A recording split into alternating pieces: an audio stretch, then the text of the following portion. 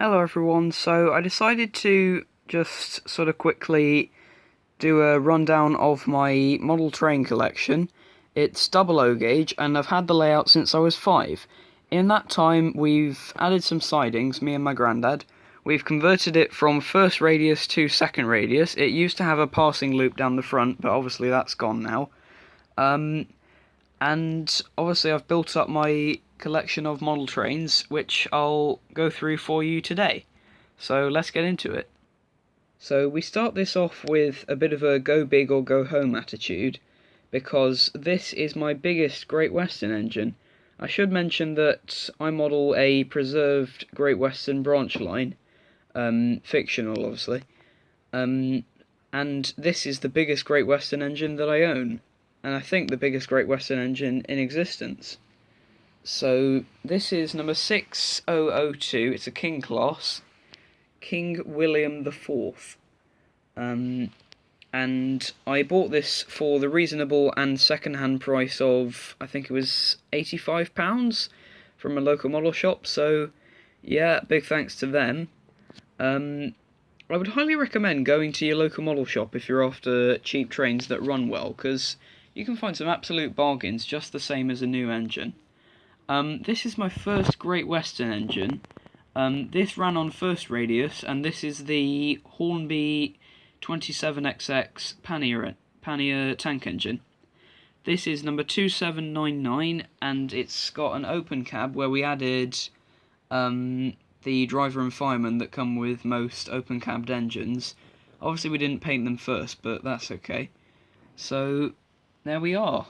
That's got a special place in my heart because it was my first Great Western engine. So yeah.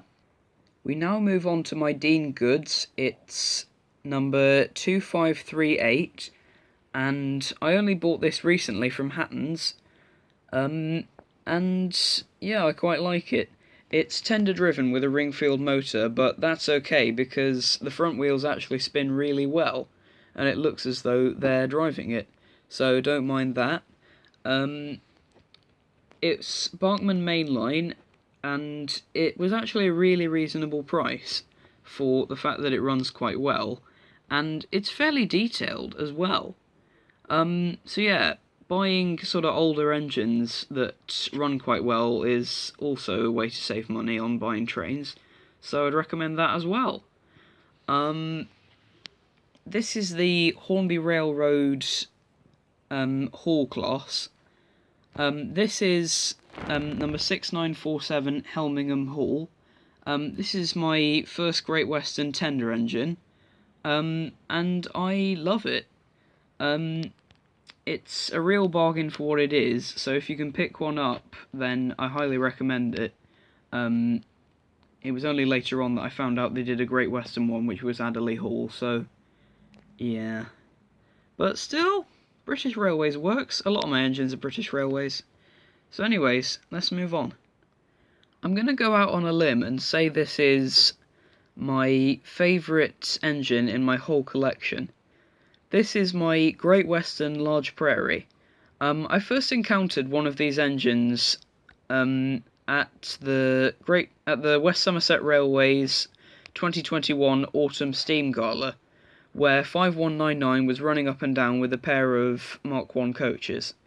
I was lucky enough to ride behind 5199, and I have to say it made me absolutely fall in love with large prairies.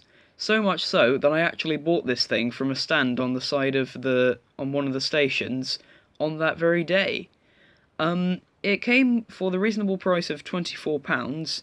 It didn't have a box, and it's missing some trim here and there, but it's got impressive gearing because it runs really slowly for that price, and I do quite like it.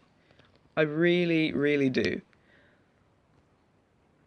So here we have the three musketeers of my original first radius railway. We have my first engine, which was a Great Western 101 class, the red one called Roger. I believe it came in a train set, but after I got it, somebody gave me a Smokey Joe body, which I put over the top of it, and it's just stayed like that. It runs really well for being an old engine that we bought something like second or third hand. So yeah, I'm quite a fan of that. We've got Rothery Industries. This is Hornby. I should mention that is too. It's a GWR 101 class. Obviously, it's industrial blue. It's privately owned, and yeah, it's quite good for the price. Which was something like £40. Not too bad. And then this is Billy. This is my second ever engine. I believe it's based off an LBSC E2, but it was a Bachmann engine, and it runs really well. I quite like it. This engine is a 101, just like the blue one, but I only got this recently because I really liked it, despite that it's only a small engine, which I'm not so much a fan of nowadays. But I do quite like this a lot more than most smaller engines, because it's Great Western, and it's got like gold lining, and I just love it. I don't know why. It's hard to explain. But yeah, it's a nice engine. We now jump into my diesels with a Class 33. This is Lima, and I've painted the buffer beam red to represent the ones on the West Somerset Railway, D6566 and D6575 Seagull. Both of which have red buffer beams, and this did not when I got it, so I painted it custom to look like the two Class 33s, which made me decide that the 33 is now my favourite diesel. And then we move on to this Class 47. I believe this is a collectible engine, but I still use it commercially because it's my only Class 47.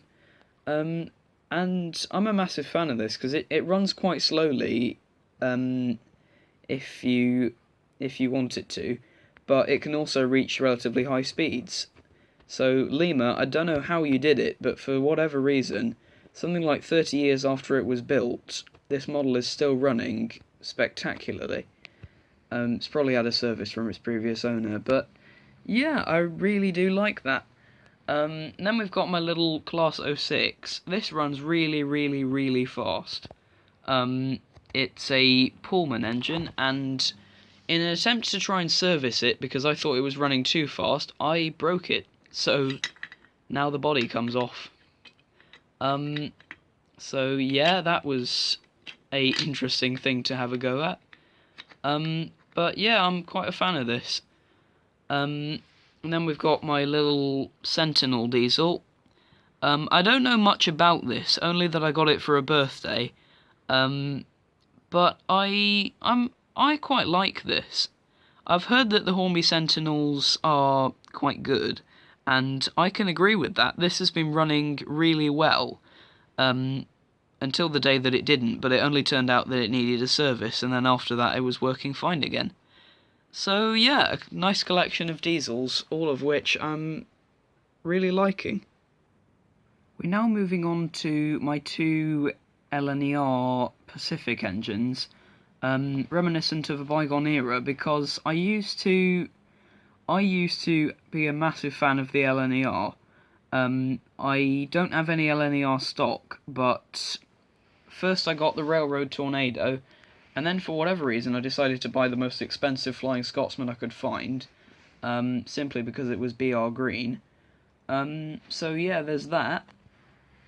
And this one is really detailed, although so much so that bits have started falling off it.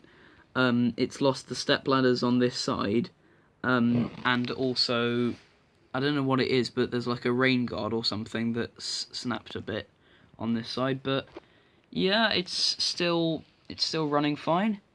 And then you've got over there, which I can't reach, my Railroad Tornado, again still runs fine. I can remember at one point it had an issue, but my granddad took it apart and fixed what a model shop said they couldn't. So yeah, that's an interesting story about that. So we now move on to the Box of Shame. Not really, all of these guys are fine.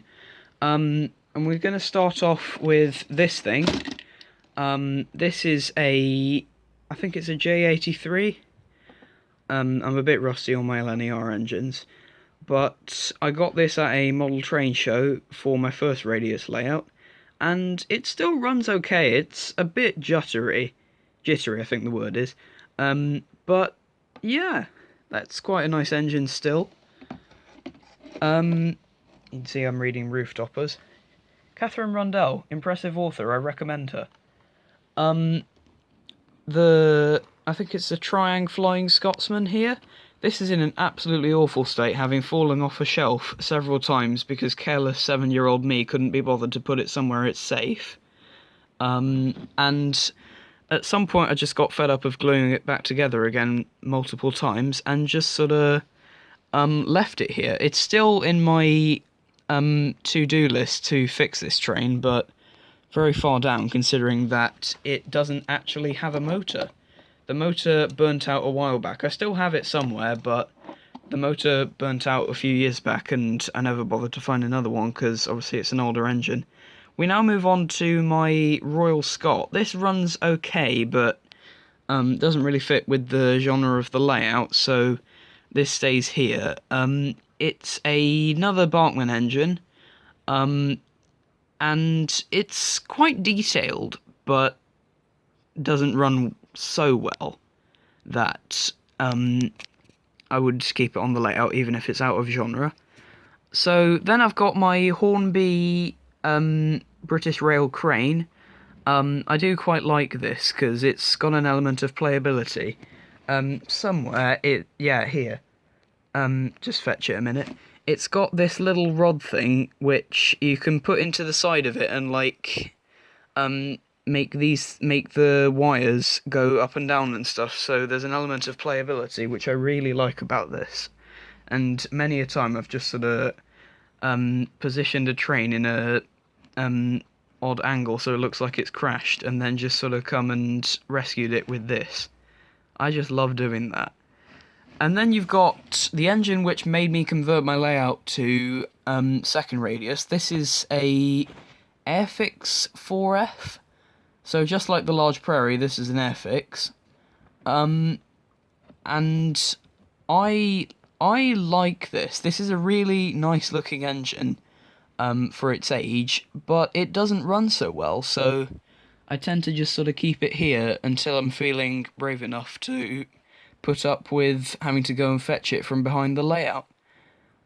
Even so, it's a really nice engine, and I'm keeping it because I'm a fan of it. At some point I have plans to fix this up when I have the knowledge to do it, but at the moment it's just sort of waiting for that day to arrive. And then we move on to the last engine I'm showing you today. This is my Hornby Railroad Deltic. This was from back when I was into the LNER and sort of the East Coast, when I bought this. I have vivid memories of my granddad teaching me about running in new trains when I bought this, because he was helping me like run it in, so that was nice of him. So this is quite a cool engine. Still runs fine even though it's a Hornby Ringfield. I know I keep dissing Ringfields, but I'm not a massive fan of them. So yeah, this is cool. I'd also like to make a really exciting announcement, which is that for Christmas of this year, I might be building an N-gauge train layout. It's only going to be a little one, and it's going to be based around a train set concept. So it's not going to be very complicated, but yeah, I might sort of make videos logging my progress of doing that. So you've got that to look forward to. And with that, I'm going to end the video. I hope you enjoyed. Make sure you like and subscribe if you did, and I'll see you in the next video. Maybe we'll do a rolling stock next time. Because I have a lot of rolling stock, so tell me if you'd want to see that in the comments, and I'll see you next time. Bye bye!